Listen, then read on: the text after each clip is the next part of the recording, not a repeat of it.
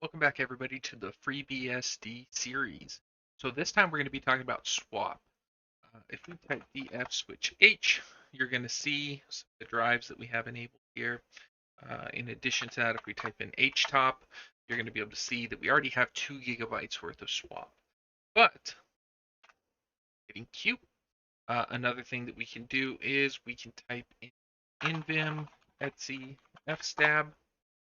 Take a look here, and we can see swap is enabled on this mount point. What if we need more?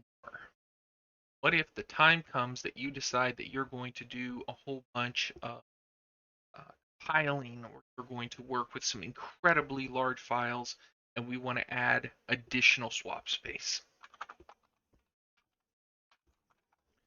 So at this time, we don't have a swap file, but what we can do is we can type sudo swapinfo switch g, and there you go. You can see right now you have uh, two 1 gigabyte blocks are currently used with 0% capacity. We can type sudo truncate -s1g swapfile. And now if we type in ls swapfile, see swapfile actually exists. So what that truncate command has done is we've taken a little bit of space and just kind of chopped that off of our hard drive, and we have assigned that to the folder swapfile. So we're going to do sudo chmod 0600 for swapfile.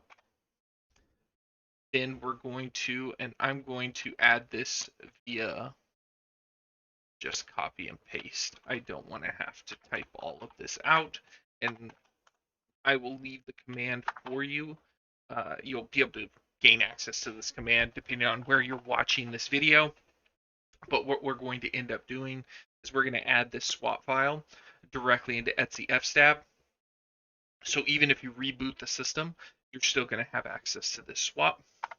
We're going to hit enter. We can also do a cat etc fstab, and we can now see that MD99 actually exists. Sudo swap on switch a q l, and then sudo swap info switch g, and we can see that we now have 3 blocks of swap. If we type in htop, the system is now reporting 4.12 gigabytes of swap, whereas previously it was only reporting 2 gigabytes. Okay? And you can do this essentially anytime you need to.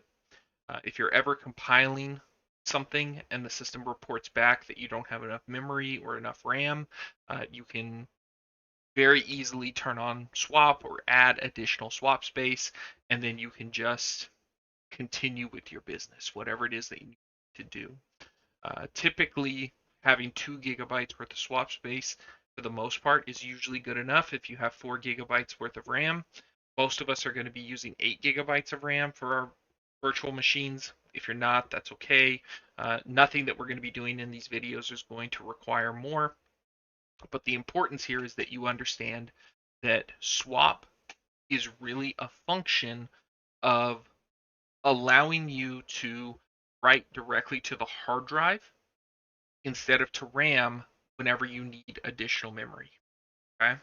So if we only had, let's say, 0 gigabytes of swap, and we tried to configure something, let's say a kernel. We're going to try to set up a kernel, and we're going to build that kernel from source. We have 0 gigs of swap, and we only have 4 gigabytes of RAM. That 4 gigabytes of RAM is going to fill up, and then your compiling is going to fail. And you could potentially give yourself 8 gigs of swap, and then your system's going to write to swap. It's not as fast, it's not as good. Nothing beats RAM, right? Like, the more RAM you have, the better. The more RAM you have, the more work that you can do within RAM. There's really cool stuff that you can get into in which your decision may be to, if you have enough RAM, let's say you have 64 gigabytes of RAM, you could actually take the entire kernel, place it in RAM and do all of your compilation from RAM, and then just write the files as you need them at the end. There are people who do this, like speedrunners. One of the things that they do is the speedrunners will move a game directly into RAM, and then by placing the game fully into RAM, all the loading times are cut down tremendously.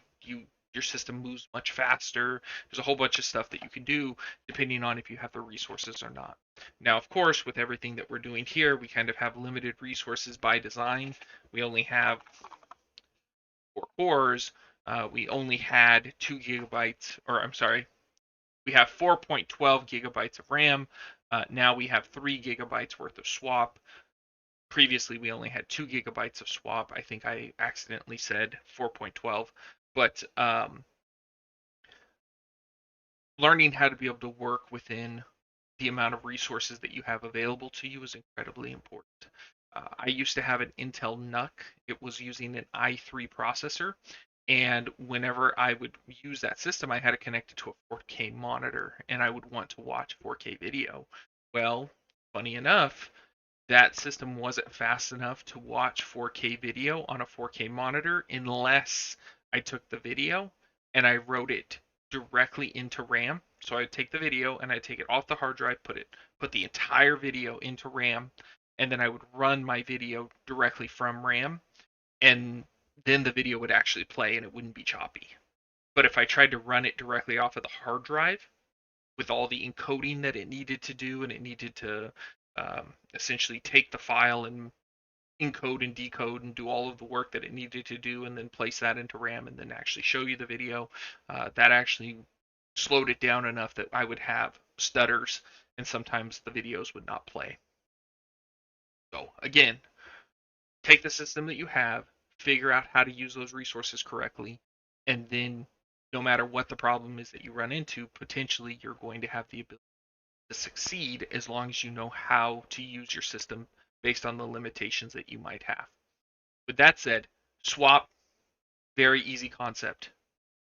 If you don't have enough RAM, add more swap, and then your system will still be able to accomplish the mission. It'll just take longer. Uh, that said, thank you very much. Appreciate you all watching this video. This one's incredibly short, less than 10 minutes to be able to set up swap, and I will see you all next time.